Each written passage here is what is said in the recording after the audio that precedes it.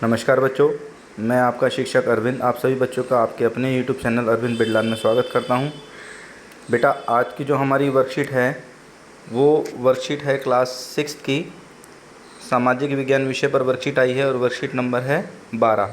Date है 18/8/2021। तो यहाँ पे आप बच्चे अपना नाम लिखेंगे, यहाँ पे आपके कक्षा अध्यापक का नाम लिखा जाएगा और जो आज की वर्कशीट है वो भी शिक्षा निर्देशालय राष्ट्रीय राजधानी क्षेत्र दिल्ली से आप बच्चों को भेजी गई है।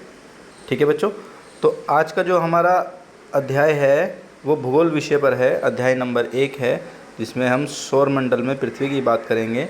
इससे पिछली वर्कशीट में भी हमने सौरमंडल में जो है सूर्य के और ग्रहों के बारे में बात की थी। तो आज जो है हम पृथ्वी के बारे में बात करेंगे जिसका उप विषय है पृथ्वी व चंद्रमा। ठीक है, तो देखो यहाँ पे आप बच्चे जो हैं एक चित्र देख रहे होंगे। ठीक है, इस चित्र में ये जो आप नज़र आ रहा है, आपको जो खगोलीय पिंड नज़र आ रहा है, इसको हम बोलते हैं पृथ्वी। ठीक है, और ये जो यहाँ पर आपको नज़र आ रहा है ये है हमारा चंद्रमा। ठीक है बच्चों, तो आज हम पृथ्वी और चंद्रमा के बारे में बात करेंगे। ठीक है, चलिए शुरू करते हैं वर्कशीट। देखिए, जैसे इसमें बताया गया है पृथ्वी के बारे में। पृथ्वी, अगर हम बात करते हैं पृथ्वी की, तो सूर्य से दूरी के हिसाब से पृथ्वी तीसरा ग्रह है। अगर हम बात करते हैं पृथ्वी की, तो सूर्य के दूरी के हिसाब से पृथ्वी कौन से नंबर का ग्रह आता है? पृथ्वी आता है तीसरे नंबर पर। ठीक है, और आकार में ये 5वां सबसे बड़ा ग्रह है। पृथ्वी दूरी के हिसाब से तीसरे नंबर पर है और आकार में 5वां सबसे बड़ा ग्रह है। यह ध्रुवों के पास थोड़ी चपटी है, यही कारण है कि इसके आकार को भू आभा कहा जाता है। तो ध्रुव कहाँ पर है? देखिए, यहाँ पर अगर हम बात करते हैं, ये हमारा उत्तरी ध्रुव है, ये हमारा दक्षिणी ध्रुव है। तो यहाँ ध्रुवों पर पृथ्वी कैसी है? पृथ्वी जो है ये चपटी है। ठीक है, ध्रुवों पर पृथ्वी क्या है? चपटी होती है। ठीक है, आगे कहता है, देखिए, भूआभ का अर्थ है पृथ्वी के समान आकार। ठीक है, ये भूआभ का अर्थ होता है पृथ्वी के समान आकार। अब आगे देखिए, कहता है अंतरिक्ष से देखने पर पृथ्वी नीले रंग की दिखाई पड़ती है। अंतरिक्ष में से अगर हम देखते हैं तो हमारी धरती का जो हमारी पृथ्वी है उसका रंग नीला दिखाई देता है। आप यहाँ चित्र में भी देख रहे होंगे कि जो पृथ्वी का रंग है वो क्या है? वो नीला है। ठीक है, क्योंकि इसके 2/3 जो सतह है वो पानी से क्या है? ढकी हुई है। क्योंकि पृथ्वी का कितना 2/3 हिस्सा जो है वो पानी से क्या है? वो ढका हुआ है, और इसीलिए हम पृथ्वी को नीला ग्रह भी कहते हैं। जब हम पृथ्वी को अंतरिक्ष से देखते हैं तो हमारी धरती हमें नीले रंग की नज़र आती है। क्यों? क्योंकि इसका 2/3 जो हिस्सा है वो पानी से ढका हुआ है, इसीलिए हम धरती को नीला ग्रह भी बोलते हैं। ठीक है, चलिए आगे देखते हैं। चंद्रमा, अगर हम चंद्रमा की बात करते हैं तो चंद्रमा पृथ्वी का एकमात्र उपग्रह है। ठीक है, चंद्रमा क्या है? ये पृथ्वी का, ये चंद्रमा है और ये पृथ्वी का उपग्रह है। इसका व्यास पृथ्वी के व्यास का केवल 1/4 है। यह पृथ्वी से 3,84,400 किलोमीटर दूर है। तो ये चंद्रमा, और अगर पृथ्वी की दूरी नापते हैं तो ये जो दूरी है ये कितनी है? 3,84,400 किलोमीटर की दूरी है। चंद्रमा पृथ्वी का एक चक्कर 27 दिन में पूरा करता है। ठीक है, तो चंद्रमा जो है ये हमारी पृथ्वी के चारों तरफ घूमता है और अपना पूरा एक चक्कर जो है वो 27 दिन में कंप्लीट करता है। ठीक है, और पृथ्वी सूर्य के चारों ओर चक्कर लगाती है और पृथ्वी अपना एक चक्कर 365 दिन में पूरा करती है। आगे देखते हैं। चंद्रमा प्रतिदिन अपना आकार और स्थिति बदलता रहता है। पूरा चंद्रमा हम लगभग 1 महीने में देख सकते हैं। यह पूरे चंद्रमा वाली रात या पूर्णिमा होती है। तो जिस दिन हम चंद्रमा को पूरा देख पाते हैं उस दिन क्या होता है? उस दिन पूर्णिमा होती है।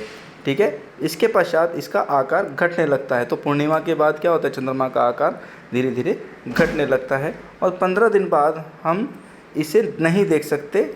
नए चंद्रमा की रात या अमावस्या कहलाती है। ठीक है बच्चों, तो चंद्रमा को अगर हम बात करते हैं तो चंद्रमा का हिस्सा हम अपनी धरती से केवल 59%, मतलब 59% हिस्सा ही हम अपनी धरती से चंद्रमा का देख पाते हैं। ठीक है, और चंद्रमा क्या करता है? ये हमारी पृथ्वी के चारों ओर चक्कर लगाता है। चंद्रमा जब पूरा दिखाई देता है तो उसे पूर्णिमा कहते हैं, और जब चंद्रमा नहीं दिखता है तो उसको क्या बोला जाता है, अमावस बोला जाता है। ठीक है, चलिए आगे बात करते हैं। देखिए यहाँ पर लिखा हुआ है उपग्रह। उपग्रह एक खगोलीय पिंड है जो ग्रहों के चारों ओर उसी प्रकार चक्कर लगाते हैं जिस प्रकार ग्रह सूर्य के चारों ओर चक्कर लगाते हैं। तो उपग्रह क्या होते हैं, ये खगोलीय पिंड होते हैं। जिस तरीके से सभी ग्रह सूर्य के चारों ओर चक्कर लगाते हैं, ठीक उसी तरीके से जो उपग्रह होते हैं वो ग्रहों के चारों ओर चक्कर लगाते हैं। ठीक है, आगे देखिए, इसमें एक इम्पॉर्टेंट फैक्ट दिया हुआ है, इंटरेस्टिंग जो पॉइंट है यहाँ पे बताया गया। नील आर्मस्ट्रॉन्ग पहले व्यक्ति थे जिन्होंने 20 जुलाई 1969 को 1969 को सबसे पहले चंद्रमा पर कदम रखा था। जो नील आर्मस्ट्रॉन्ग थे ये कहाँ के थे, ये थे यूएस के, अमेरिका के थे। ठीक है, और इन्होंने सबसे पहले क्या किया था, इन्होंने सबसे पहले चंद्रमा पर कदम रखा था। और चंद्रमा पर कदम कब रखा था इन्होंने, 20 जुलाई 1969 को इन्होंने चंद्रमा पर कदम रखा था। ठीक है बच्चों, उम्मीद करता हूँ आपको समझ में आ रहा होगा। तो चलिए अब इसके क्वेश्चंस देखते हैं। पृथ्वी को नीला ग्रह क्यों कहा जाता है?